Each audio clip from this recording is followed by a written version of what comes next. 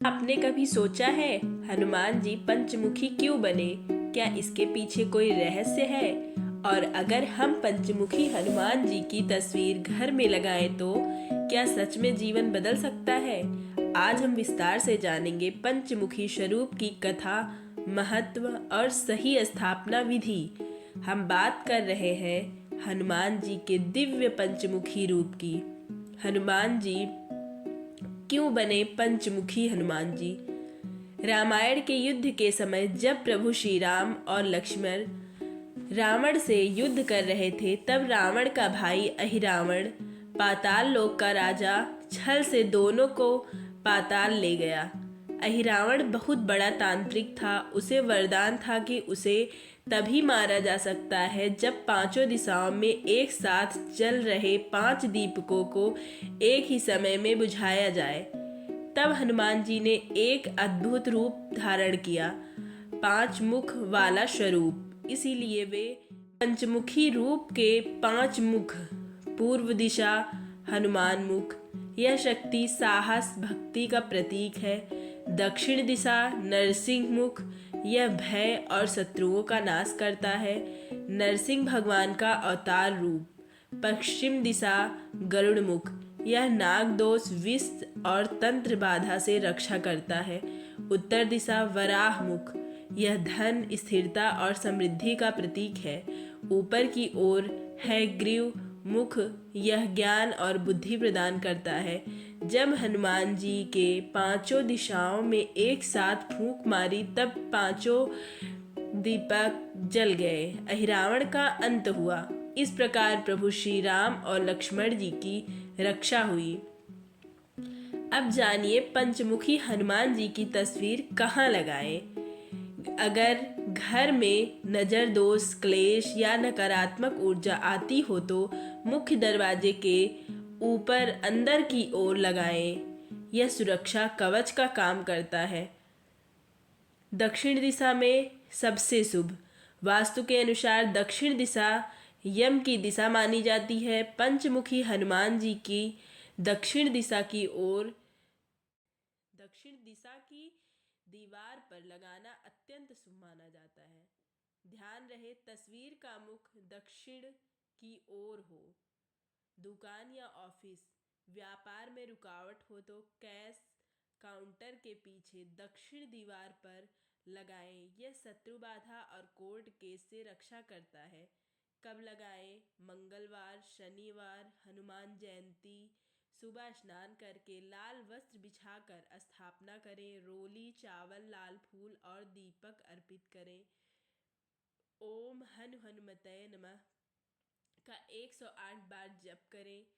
क्या लाभ होता है? शत्रुनाश, तंत्र मंत्र से रक्षा, डर और भय समाप्त, घर में सकारात्मक ऊर्जा, मानसिक शक्ति में वृद्धि, आर्थिक स्थिरता।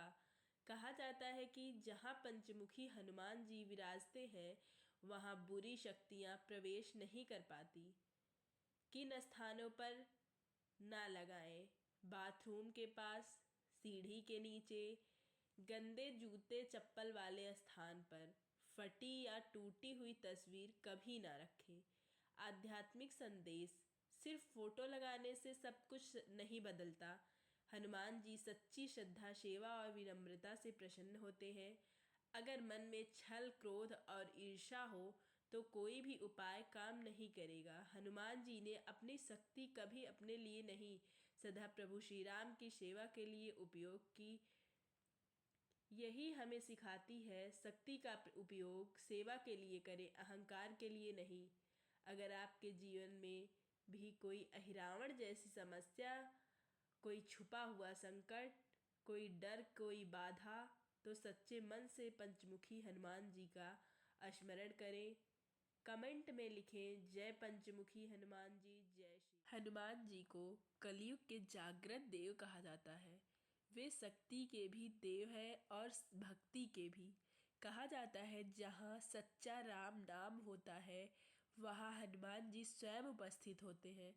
इसलिए अगर आपकी प्रार्थना सच्चे मन से है तो देर नहीं लगती।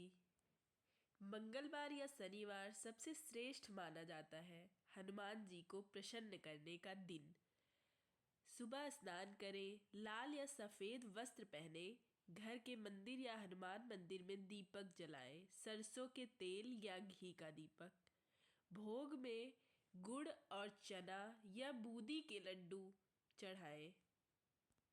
अगर आपकी कोई मनोकामना है, कोई इच्छा है जो आप चाहते हैं कि पूरी हो जाए, तो 11 दिन तक रोज हनुमान चालीसा पढ़ें और 11वें दिन हनुमान मंदिर में जाकर हनुमान जी को नारियल जरूर चढ़ाएं।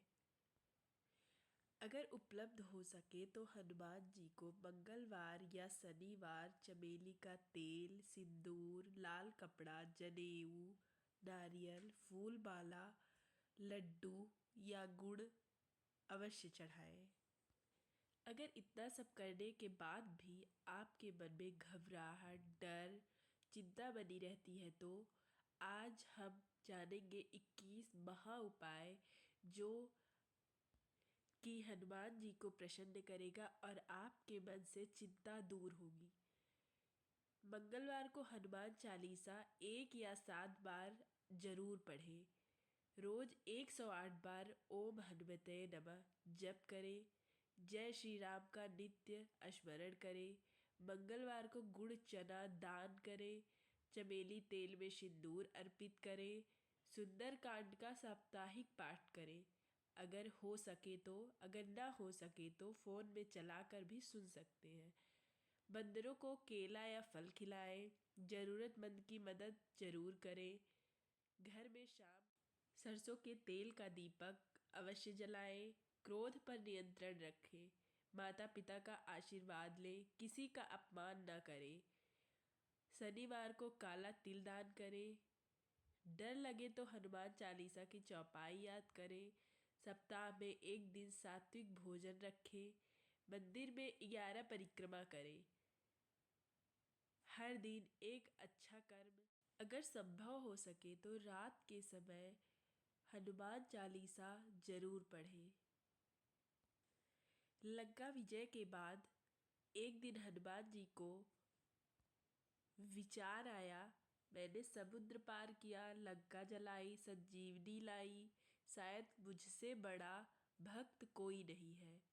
यह अहंकार नहीं, लेकिन एक हल्की सी भावना मन में आई। प्रभु श्री राम यह सब समझ रहे थे। एक दिन श्री राम ने अपने दरबार में एक साधारण वानर को बुलाया। वह वानर अत्यंत विनम्र था और केवल राम राम जप रहा था। हनुमान जी ने सोचा, क्या वह मुझसे अच्छा सेवा कर पाएगा? तभी श्री राम ने उस वानर से कहा, इस पहाड़ को हटाओ। उसने आंख बंद की, राम नाम लिया और पहाड़ हट गया। हनुमान जी आश्चर्यचकित रह गए। तब प्रभु राम जी मुस्कुराकर बोले, पवन पुत्र, शक्ति तुम्हारी है, पर शक्ति का स्रोत राम नाम है। हनुमान जी तुरंत समझ गए। उन्होंने सिर झुका दिया और कहा, प्रभु मैं तो आपका दास हूँ। तो हनुमान जी तुरंत चरणों में गिर गए। उनकी आंखों में आंसू थे। उन्होंने कहा हाथ जोड़कर, प्रभु मुझसे जो भी बल है वह आपका है। मैंने कुछ नहीं किया, मैं तो आपका दास हूँ।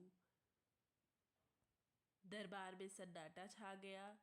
श्री राम ने मुस्कुराकर पूछा, हनुमान तुम मुझे कैसे देखते हो? हनुमान जी ने उत्तर दिया, देह बुद्धि से मैं आपका सेवक हूँ, जीव बुद्धि से मैं आपका अंश हूँ और आत्मा की दृष्टि से आप और मैं एक ही है। यह सुनकर पूरा दरबार भावुक हो गया। सीता माता ने हनुमान जी की परीक्षा लेना चाहा। एक बार माता सीता ने प्रेम से हनुमान जी को एक मोतियों की माला दी। हनुमान जी हर मोती को तोड़ने लगे। सबने पूछा, आप यह क्या कर रहे हैं? हनुमान जी बोले, मैं देख रहा हूँ कि इसमें राम नाम है या नहीं। जिसमें राम नहीं वह मेरे लिए व्यर्थ है। लोग हंसने लगे। तब किसी ने पूछा, क्या तुम्हारे भीतर राम है? हनुमान जी ने तुरंत अपना सीना चीर दिया। अंदर श्री राम और सीता का दिव्य स्वरूप विराजमान था। सबकी आंखें दब हो गई। सच्ची भक्ति में अहंकार नहीं, हर कार्य के बाद श्रेय भगवान को। जो दिल में राम नाम रखे वही सच्चा भक्त है। अगर आप भी जीवन में शांति चाहते हैं तो यह वाक्य रोज बोले, प्रभु मैं तो आपका दास हूँ। जब यह भाव आ जाता है तो डर खत्म हो जाता है, अहंकार मिट जाता है और जीवन में सरल हो जाता है। अगर आप लोग चाहते हो कि प्रभु श्री राम और हनुमान जी की कृपा आप पर बनी रहे तो कमेंट में लिखें जय श्री राम।